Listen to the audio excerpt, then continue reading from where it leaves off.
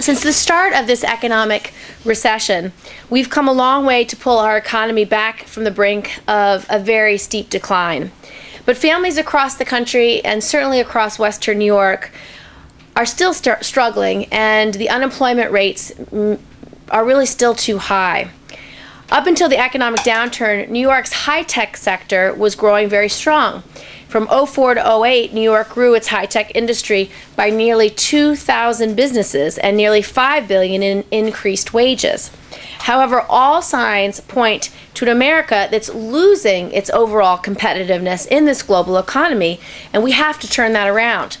America's trade balance has shifted from a surplus in high-tech goods during the 90s to a deficit of over $135 billion today.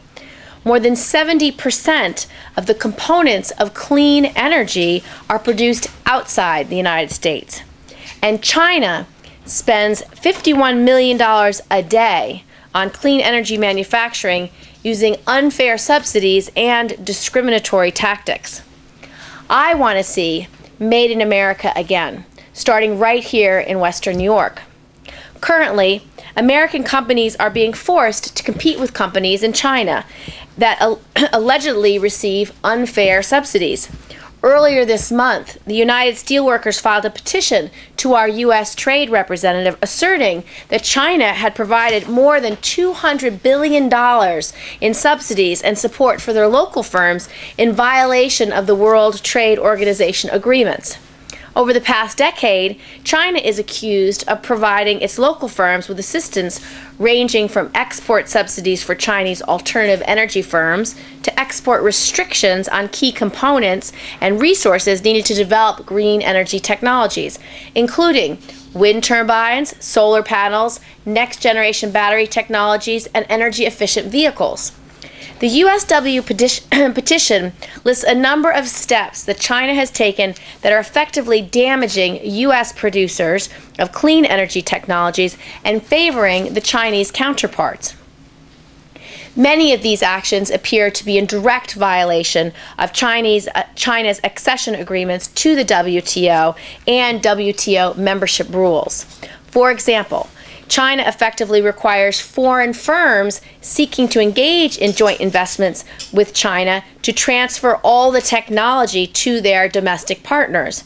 This potentially undermines years of American investments into research and development of clean technologies and makes our companies and our industries less competitive.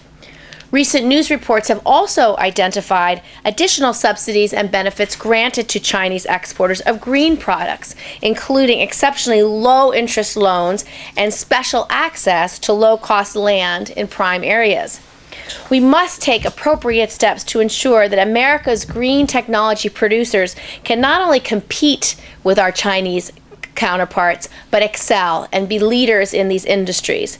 Green and alternative energy producers are vital to our economic future, and we cannot allow other countries to cover the market by unfair and illegal trade practices.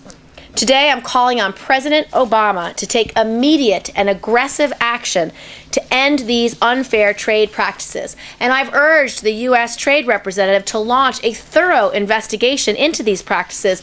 And I do hope that this administration will take a strong action to enforce our trade agreements and the WTO membership rules.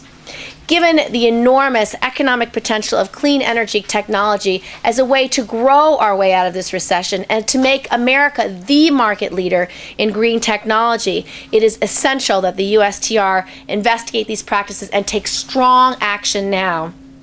In addition, I've requested a meeting with the Chinese ambassador so that we can begin to talk through these accusations and work together as two countries to create a level playing field for our producers. We cannot allow other countries to market through unfair and illegal trade practices. New York is truly poised to be the market leader in alternative and renewable energy technologies. We just need to make sure that it is a level playing field and that China discontinue these unfair trade practices.